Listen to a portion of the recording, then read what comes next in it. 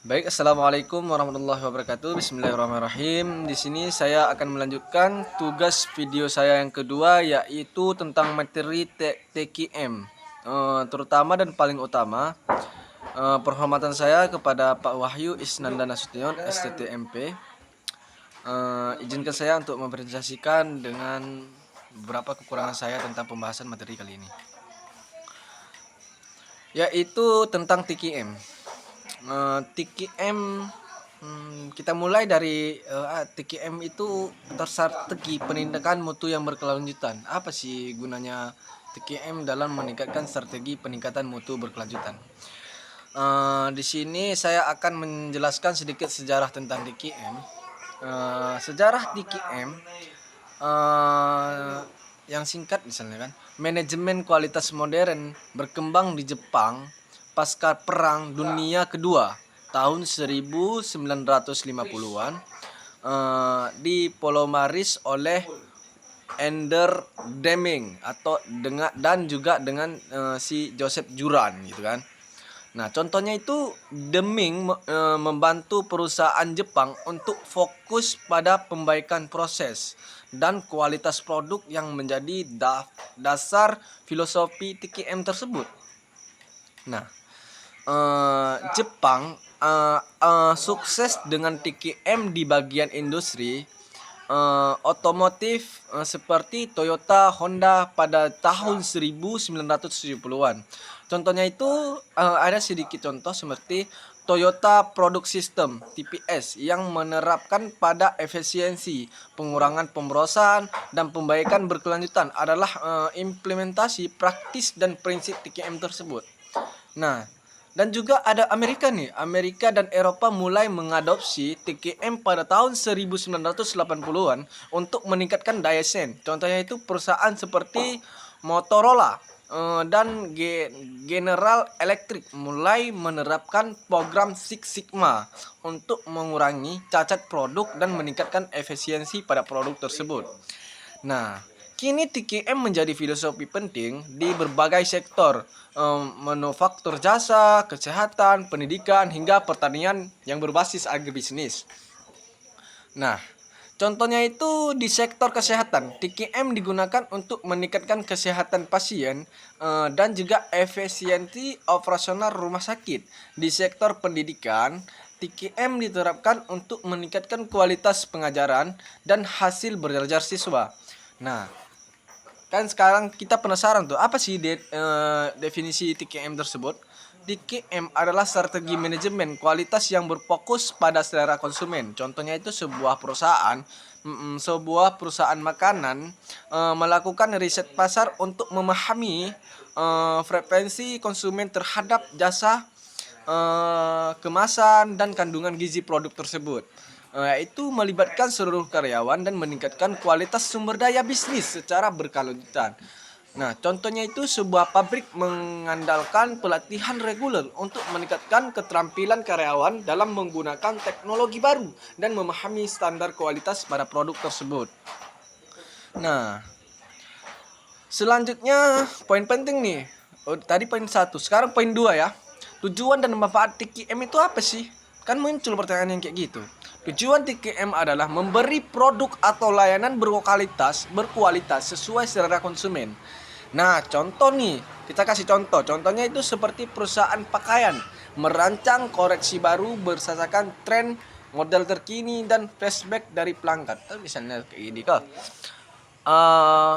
Wibu kan, wibu tuh digemari beberapa orang yang lebih banyak gitu kan, anak orang-orang Korea biasanya digemari cewek-cewek gitu kan, dan sebagainya lah. Selanjutnya juga ada yang namanya membangun loyalitas terhadap brand atau layanan perusahaan. Contohnya itu perusahaan teknologi memberikan update server secara berkala dan dukungan teknis yang responsif untuk menjaga kepuasan pelanggan. Selanjutnya juga ada yang namanya menciptakan suasana kerja yang nyaman dan juga produktif. dengan berbagi tugas, SOP dan target yang jelas gitu kan. Contohnya itu seperti sebuah perusahaan menerapkan sistem manajemen kinerja yang transparan dan memberikan umpan balik konstruktif kepada karyawannya. Contohnya gini, lu bekerja dengan efisien dan efektif dan bagus gitu, lu dapat hadiah. Misalnya kita bekerja di pabrik Honda misalnya, dengan kinerja lu yang efisien dan efektif, siapa saja yang dapat benefit lebih ataupun unggul dari yang lain, maka akan dikasih satu kendaraan khusus lah misalnya. Nah, selanjutnya juga ada yang namanya manfaat TKM kan. Manfaatnya apa sih kan, muncul juga pertanyaan. Proses produksi yang lebih efisien, meningkatkan kinerja karyawan.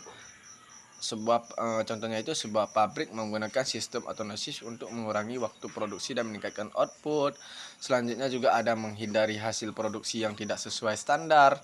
Nah, contohnya itu sebuah perusahaan fermentasi menerapkan kontrol kualitas yang ketat untuk memastikan bahwa setiap bag obat memenuhi standar keamanan dan efisiensi. Nah, selanjutnya juga menghemat waktu kerja mesin dan menjaga produktivitas karyawan. Contohnya itu sebuah perusahaan melakukan maintenance rutin pada mesin untuk mencegah kerusakan dan menjaga efisiensi operasional. Selanjutnya juga ada penghematan material. Itu seperti karena proses dijalankan secara efektif dan efisien. Itu contohnya itu sebuah perusahaan konstruksi misalnya nih. Sebuah perusahaan konstruksi misalnya menggunakan teknis line construction untuk mengurangi pemborosan material dan biaya proyek. Nah, selanjutnya menjalin hubungan jangka panjang. Ini menjalin hubungan jangka panjang dengan konsumen karena produk sesuai dengan selera mereka.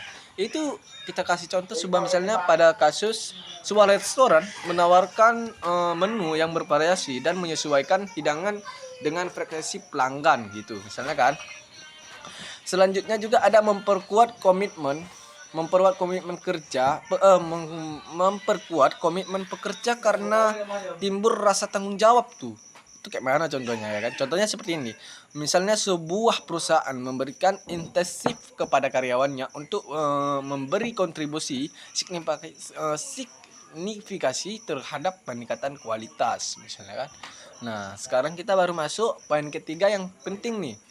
Poin ketiga itu elemen pokok TKM. Apa sih elemen pokok TKM itu?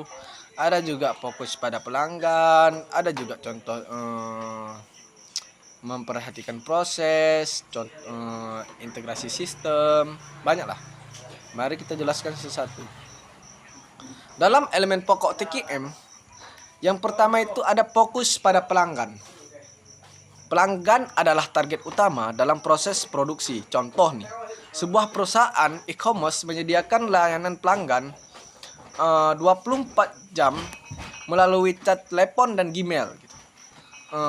Selanjutnya juga kualitas produk atau layanan harus sesuai dengan kebutuhan dan selera pelanggan. Contohnya itu misalnya kita taruh contoh di perusahaan apa ya? Bebas lah ya. Misalnya perusahaan software misalnya merilis versi beta dari aplikasi baru kepada sekelompok pengguna untuk mendapatkan flashback sebelum peluncuran resmi itu. Nah kan, tak kasih contoh nih. Contohnya itu sebuah hotel mewah secara rutin meminta tamu untuk mengisi survei kepuasan dan menggunakan flashback tersebut untuk meningkatkan layanan seperti menyesuaikan menu sarapan atau meningkatkan kualitas kamar.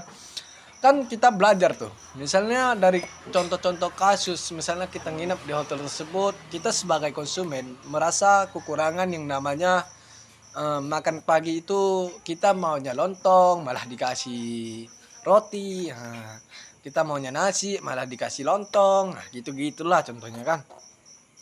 Selanjutnya memperhatikan proses apa tuh? TKM harus memperhatikan setiap proses dari penerimaan input dari supplier hingga menghasilkan output.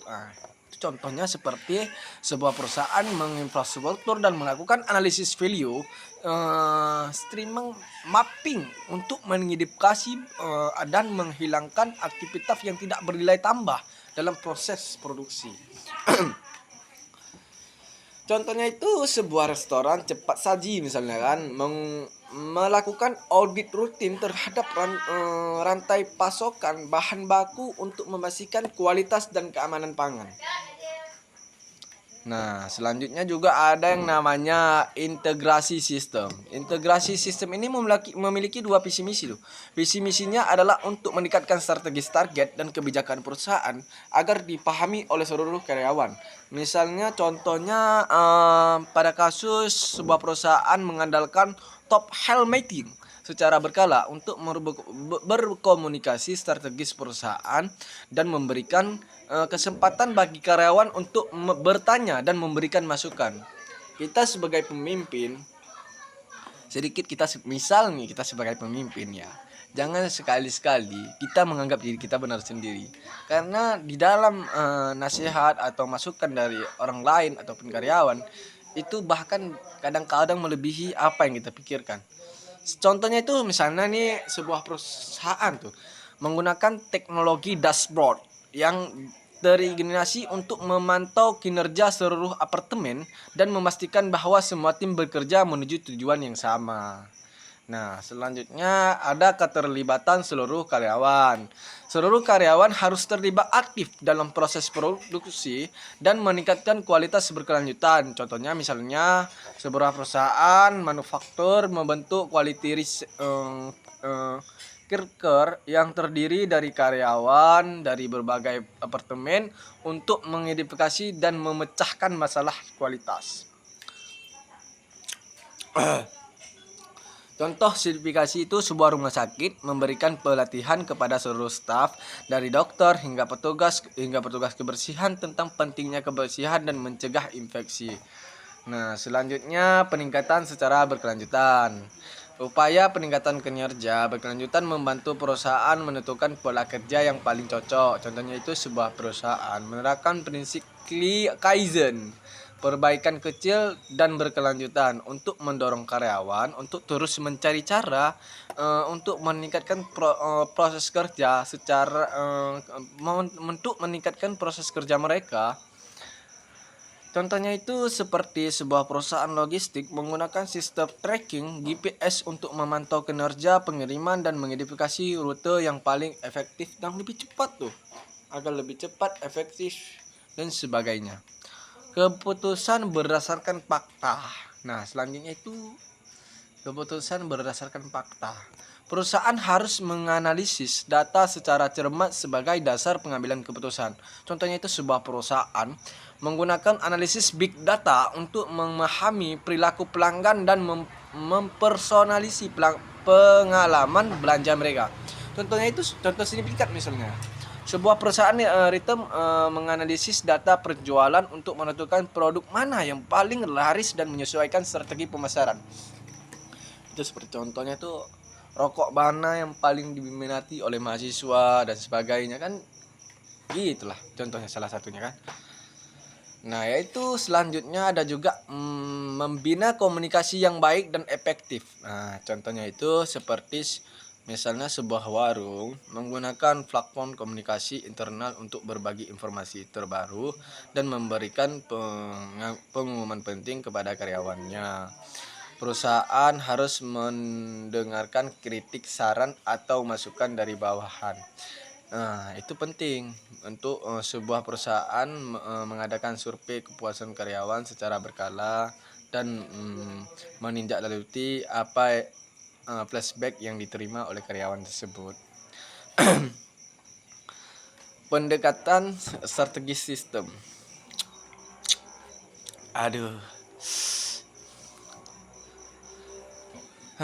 Pendekatan strategi sistem melakukan perencanaan strategis untuk manajemen secara otomatis berdasarkan visi dan misi perusahaan. Contohnya itu sebuah perusahaan menggunakan Black Scoper untuk mengukur kinerja berdasarkan 4 perspektif: keuangan, pelanggan, proses internal, dan pembelajaran dan pertumbuhan.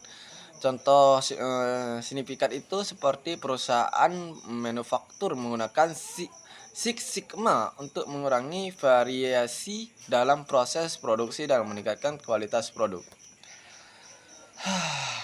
Prinsip-prinsip TKM. Prinsip-prinsip TKM itu ada juga fokus pada pelanggan, dan juga keterlibatan semua orang, pendekatan proses, pembaikan yang berkelanjutan, pengambilan keputusan berbasis data, kepemimpinan yang kuat, hubungan saling menguntungkan dengan pemasok dan lain-lain. Selanjutnya poin penting kelima ada perangkat TKM siklus PDCA. Plan. Plan itu adalah sebuah perencanaan. Contohnya itu sebuah perusahaan mengidentifikasi bahwa tingkat cuaca produksi terlalu tinggi. Tingkat cacat produksi terlalu tinggi dan memutuskan untuk melakukan analisis akar penyebab. Yang kedua itu yang penting ada pelaksanaan, yaitu mengimplementasi proses telah dirancang pada tahapan plan. Contohnya itu seperti sebuah perusahaan menerapkan perubahan pada proses produksi berdasarkan hasil analisis akar penyebab. Yaitu yang ketiga ada cek. Adapun pemeriksaan, melakukan pengecekan untuk mengukur efektivitas dan mencari cara memperbaiki kualitas. Yang keempat ada ACT ataupun tindakan. Contohnya itu sebuah perusahaan menstandarisi perubahan pada proses produksi dan melatih karyawan untuk memastikan bahwa mereka memahami dan mengikuti prosedur baru. Yang keenam, poin keenam nih, udah ganti poin ternyata teman-teman. Kriteria pengukur implementasi TKM loh. Struktur kerja, pembagian posisi struktur organisasi, dan distribusi tugas yang merata. Kepuasan konsumen, manajemen kualitas, keterlibatan pegawai, fokus pada konsumen, komitmen bekerja, pendidikan dan pelatihan, kualitas perencanaan, komponen itu semua penting untuk dilakukan. Karena itu seperti kualitas perencanaan itu pentingnya kan, misalnya contoh itu sebuah perusahaan memiliki rencana kualitas yang komprehensif untuk mencakup semua aspek operasi perusahaan. Yang ketujuh itu poin ketujuh, komponen utama. Ada komponen utama TKM itu ada quality control, quality assurance, continue improvement, dan juga employer empowerment, atau juga pemberdayaan karyawan agar aktif menjaga mutu. Customer satisfaction, tujuan akhir TKM adalah kepuasan pelanggan. Dengan demikian saya ingin menyampaikan bahwa mungkin beberapa yang saya sampaikan itu ada silah-silah kekurangannya. Saya pun lagi belajar, saya jujur, saya masih kurang juga ya kan. Pada dasarnya jika ada kekurangan, dan pasti kekurangan ya kan, saya mohon maaf. Saya akhiri video ini. Wabillahi taufiq wa hidayah. Wassalamualaikum warahmatullahi wabarakatuh.